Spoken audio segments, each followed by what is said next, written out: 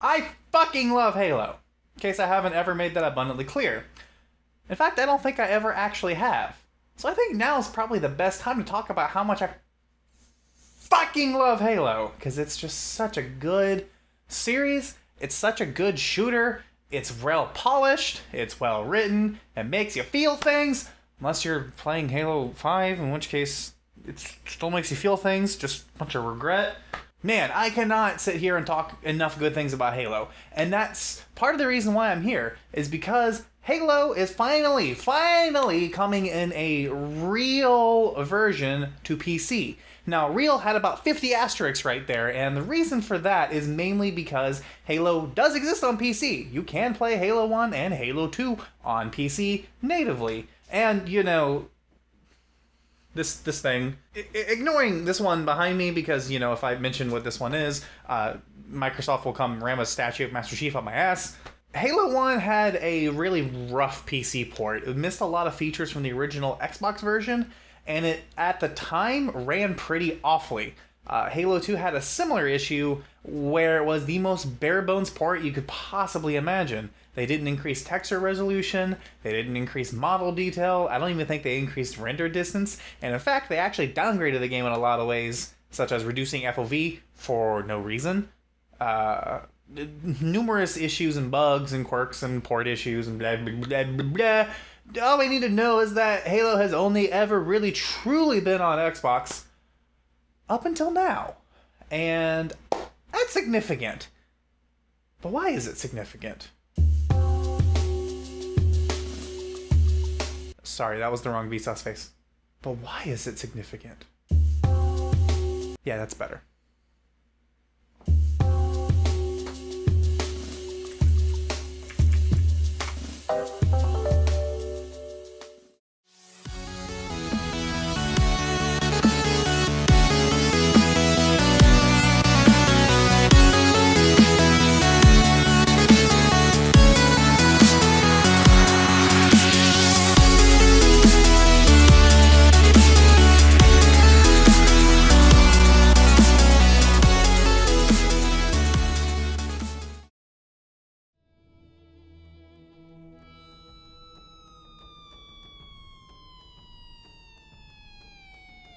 The very first Xbox game I ever owned was Halo 3 on the 360. I got my 360 as a combo late birthday, early Christmas gift sometime around October-November of 2008. My favorite part was the disc I ended up with. It's actually from the Legendary Edition of Halo 3, but I only got the box and the game disc. Thanks GameStop for a somewhat cool story I can tell on the internet 11 years later. However, my experience with Halo started way sooner, with Halo 1 on the PC. I don't have my original laptop anymore, but this is about how it would have ran. And I really liked it. I was used to games like Doom 3 at the time. Halo played like something I'd never really experienced before. I'll never forget my first experience with the Flood, with the Cryo Chamber, the Warthog chase in the finale. And that was just the tip of the iceberg. Halo Custom Edition was something entirely unprecedented. Gearbox Software released a special version of the game that was able to load customized map files, assets, weapons, you name it. The modding potential was so strong that even nowadays people are still backporting gameplay features from newer games like Halo Reach's Firefight mode and its armor abilities to Combat Evolve's 14-year-old game engine. Maps like Huge Ass were amazing for their sheer scale, and maps like CMT's, and later SPV3's, campaign reworks. This would help to make up for the abysmally long releases between Halo games since, after all, I didn't own an Xbox. That doesn't mean I never played Halo 2 though. My brothers brought it and their Xbox with them to Thanksgiving one year shortly after it came out, and I distinctly remember playing the first Arbiter level because both of them didn't really like playing as him and they used me to beat it so they could play as the Chief again.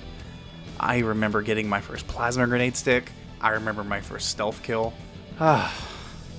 Unfortunately for me, this was just a tease, as Halo 2 wouldn't see a release on PC till May 2007.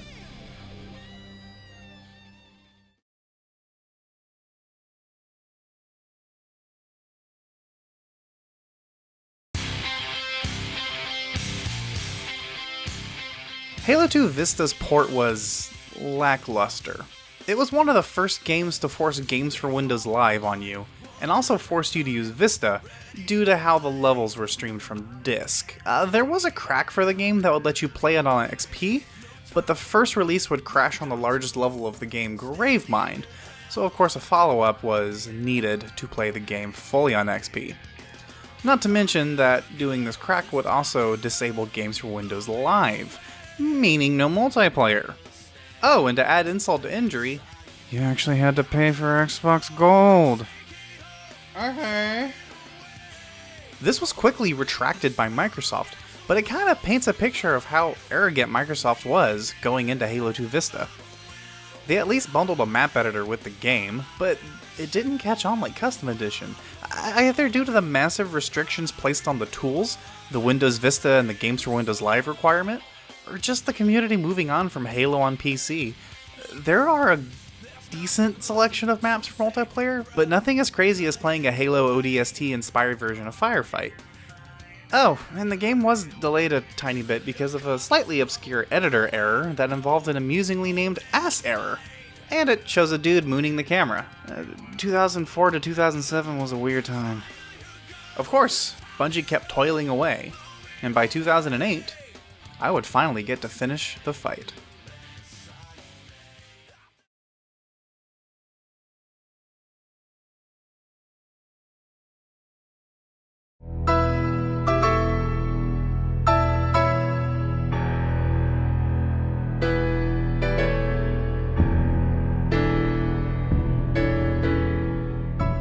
Halo 3 is such an important part of my young life. So much time spent playing custom games, co-op, achievement hunting, Easter egg exploring, grinding ranks in Lone Wolves, Vidmaster achievements, Forge maps, the list just goes on. Few lines of dialogue in any story have the impact as the final "were it so easy" uttered by the Arbiter. Few stories have ever hit such high notes as the finale to this trilogy hit. Few games have ever touched the depths of customization, flexibility, and creativity that Halo 3 brought to the scene. I'll need to be careful here, as I need to talk about how important Halo 3 is, but if I'm not careful, I'll end up spending an entire video talking about Halo 3 in and of itself. Halo 3 is where the game series was reaching its peak, and to some people, it was the peak. Polished controls, a meta that was nerfed compared to Halo 2, but was overall much better balanced. Feedback systems like improved shield flares and vibrations in the controllers that were just polished to a mere sheen. Everything just looked and felt so effortless and gliding, but more importantly, it felt deliberate. Everything had a weight behind it, and every weapon, map, and equipment piece had its role and its place in the sandbox. Save for a few weapons that were nerfed into non-existence. I'm looking at you, assault rifle, quit shooting nerf balls. If you lost a gunfight, it was because you fucked up somehow, not the game. And this extends past just the standard campaign and multiplayer.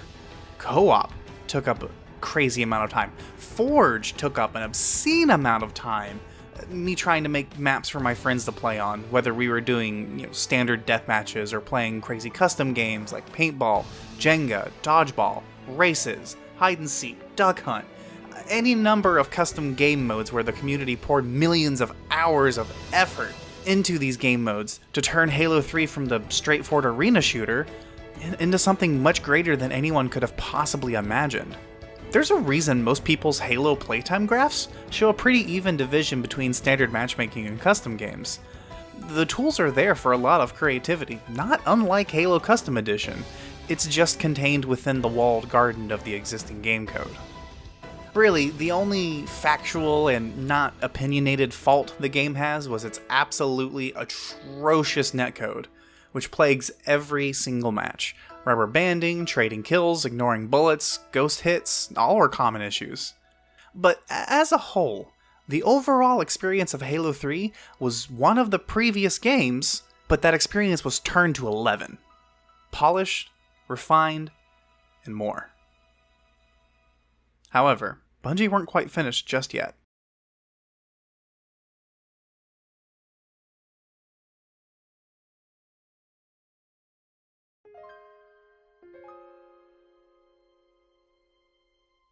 ODST is who I have to blame for my like of slow background jazz.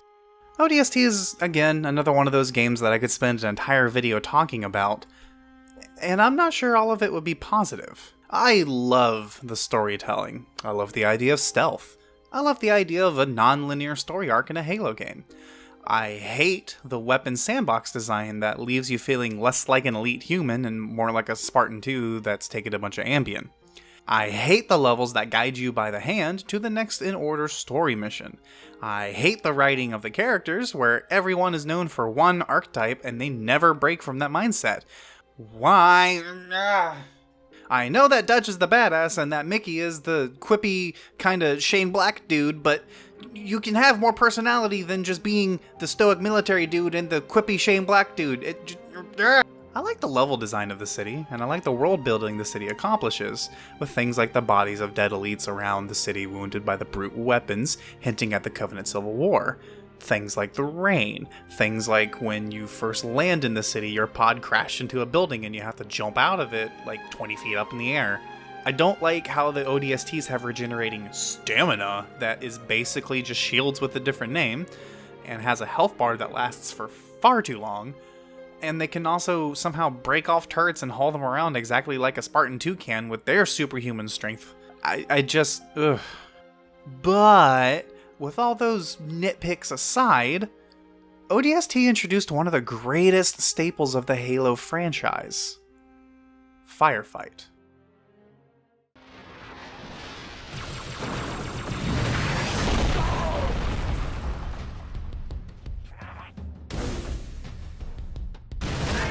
Welcome to New Mombasa. Bam! This is Firefight, and we need every able body we can get. Even yours. Next wave coming in. Get set, troopers. This is gonna get hot.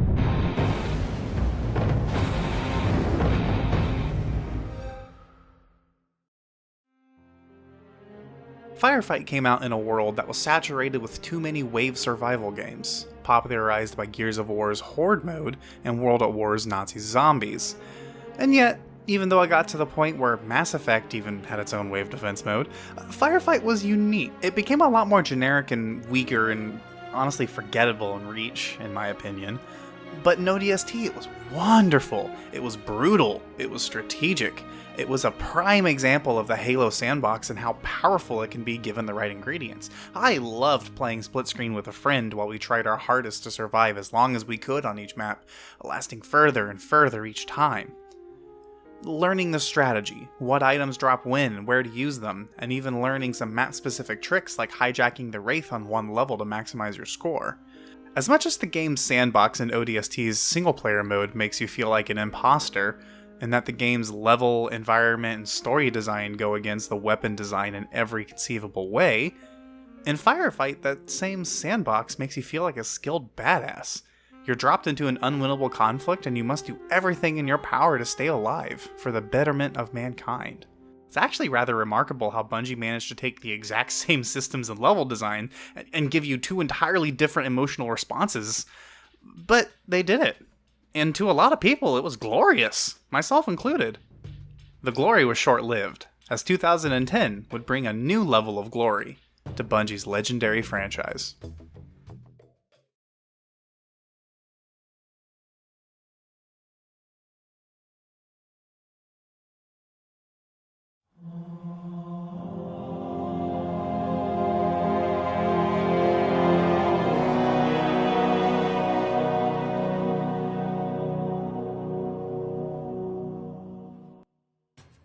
Halo Reach was the beginning of the end. The last Bungie-produced Halo title, it was both bombastic and somber.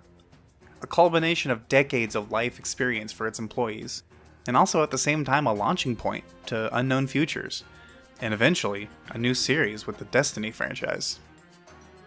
Reach felt very much like the ultimate culmination of the franchise up to this point, taking everything that makes Halo, Halo, and putting it all into one place and cranking the dial that was already set to 11 up to 17. The campaign is aggressive, bombastic, over the top, and dripping with personality. The characters are much more believable this time around compared to ODST, and actually feel like humans for the most part. Bar the occasional echo of the ODST, every character has one personality note flaw. usually when they have their death scenes. The story, unfortunately, is somehow told even worse than ODSTs, while somehow having some of the best voice acting and character development Bungie has had to date. The logic leaps and inconsistencies are all over the place, combined with writing that only serves to shove needless drama into every corner possible. The Covenant reveal in the beginning is a great example, as it lacks any weight, mostly just because of how unbelievable it is. The audience is supposed to just accept that an invasion force capable of not only swarming and overwhelming the entire planet, but also raining apocalyptic destruction down on it, somehow entered the atmosphere of the planet and remained 100% undetected until a scouting party was detected by Noble 6? Something's not right. The fleet that destroyed Reach was 50 times this size. Moments like these plague the story and even stretch the story to breaking points multiple times. But the good news here is that the story is actually the weakest part of Halo Reach. Really, what everyone's here for by now is the multiplayer. Reach's multiplayer is one of the most polarizing things I've ever encountered. You either love the armor abilities, or you want them deleted entirely from the game. You either think Bloom is a good addition to the sandbox that makes combat more deliberate and forces an intentional flow and concentration in combat, or you think that Bloom is the worst thing to happen to Halo since the Halo 1 Needler by introducing uncontrollable randomness to a game that previously centered entirely on skill. Halo Reach is my favorite in the series, as it truly feels like the peak of Bungie's multiplayer design in my eyes, in more ways than I can list here in the time I have. The weapons feel like Halo 3's balance act, but buff back to Halo 2's level of destruction. Weapons like the Needler, while still not top tier by any means, they're finally viable, and they can actually do some serious damage if you play smart. The assault rifle finally doesn't shoot marshmallows at your enemy, and if you learn the weapon's recoil and bloom patterns, can actually be more effective in certain encounters than the DMR is, which is 100% not the case in Halo 3. Additions like the Headhunter game mode take familiar Halo staples and put a twist on them, making them feel fresh. The level design is not perfect by any stretch of the imagination, but does a good job of communicating how Reach was just a normal colony world, filled with people trying to survive and do their jobs when the Covenant invaded. Invasion is the story-based game mode I wish more games would try to implement. It's just large enough that it feels like a genuine real war zone, but it's not so comically busy like 64-player servers and other shooters that it becomes a shooting range. Reach is far from perfect, but it introduced so many elements that were perfectly executed that it remains the ideal Halo games in many people's eyes, myself included. But yet, if it wasn't a Halo title, it'd be laughable. Performance issues often cause the game to run at sub 30 and sometimes even sub 20 FPS. There's nasty anti-aliasing that causes temporal ghosting everywhere due to the low frame rate. There's a gross motion blur over the screen, and it's a combination of a per-object motion blur and those TAA artifacts. In fact, there's even a behind-the-scenes video where an artist brags about how the assault rifle is made out of more polygons than ever before, with some news sources saying that it has more polygons than the Marines from Halo 3. Tripling your poly budget on everything can give you way more artistic freedom for flourishes like armor, individual screw threads on scenery, which, by the way, still blows my fucking mind that we have this level of detail in a game from 2010. But that leads to severely sluggish graphics, as the system only has so much juice to go around. And this is where PC comes into play. Modability is big, and Halo on the Xbox already has a large modding scene. But look at Halo Custom Edition. This is what happens when motivated fans are given complete freedom to create and turn something that they love into art. Look at just the base game itself, even on hardware from back then. Compared to the original Xbox release, you can run the game at higher detail and frame rates than the original Xbox release. PC had online play. There's all kinds of little things like this. Unfortunately, Halo 2 Vista is a miserable stain on the franchise. This is a blueprint of how not to treat a beloved game series. Now on the flip side, Halo Combat Evolved for PC is also kind of an example of how not to treat your franchise, because when it was released, many PCs had issues running it. All of the animations are capped at 30 FPS regardless of your PC's settings, there's no FOV adjustment, and the netcode is just cripplingly bad. Halo Custom Edition can erase a lot of these problems, and in the eyes of the community as a whole, it seems to make up for it all. Halo 2 has a fan project, Project Cartographer, that also fixes a lot of the issues Halo 2 Vista has, namely FOV, centered crosshairs, better server handling and hit detection, and more importantly, a removal of Games for Windows Live while still having online play via their own backbone. Again, this mod seems to have fixed a lot of the community gripes with the ports while making the game more accessible. So that would make Microsoft's path forward for making Halo on PC pretty cut and dry as to what you have to do. Except for one major bump in the road.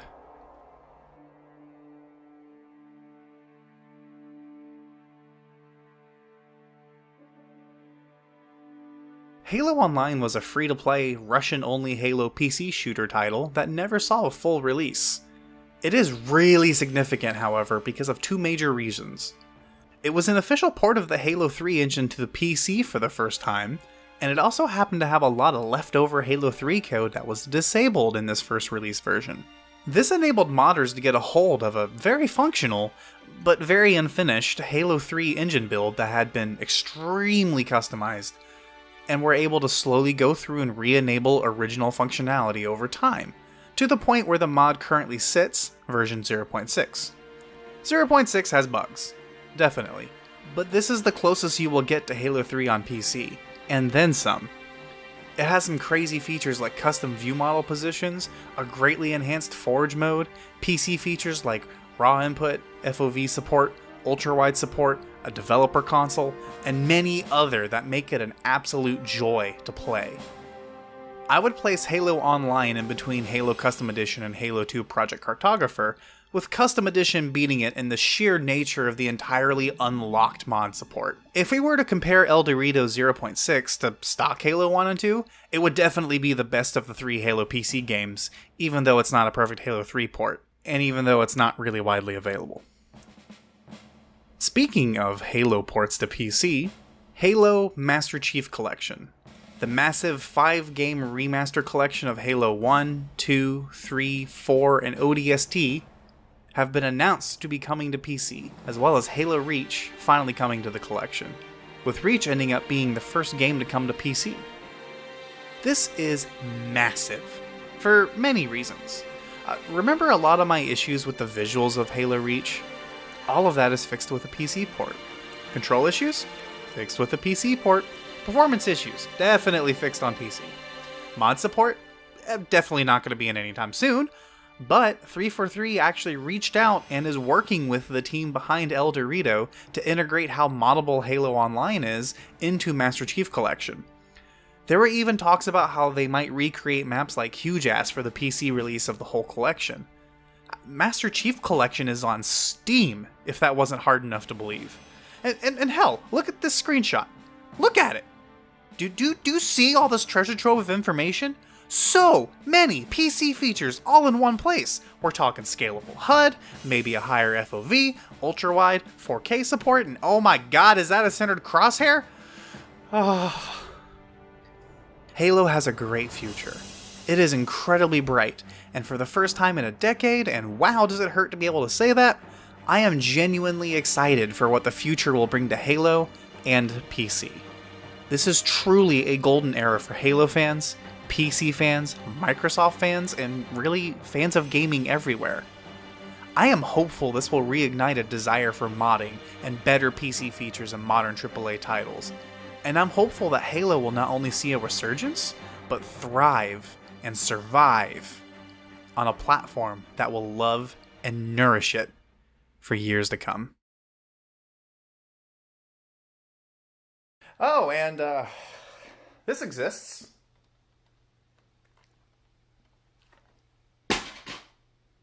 Don't play it.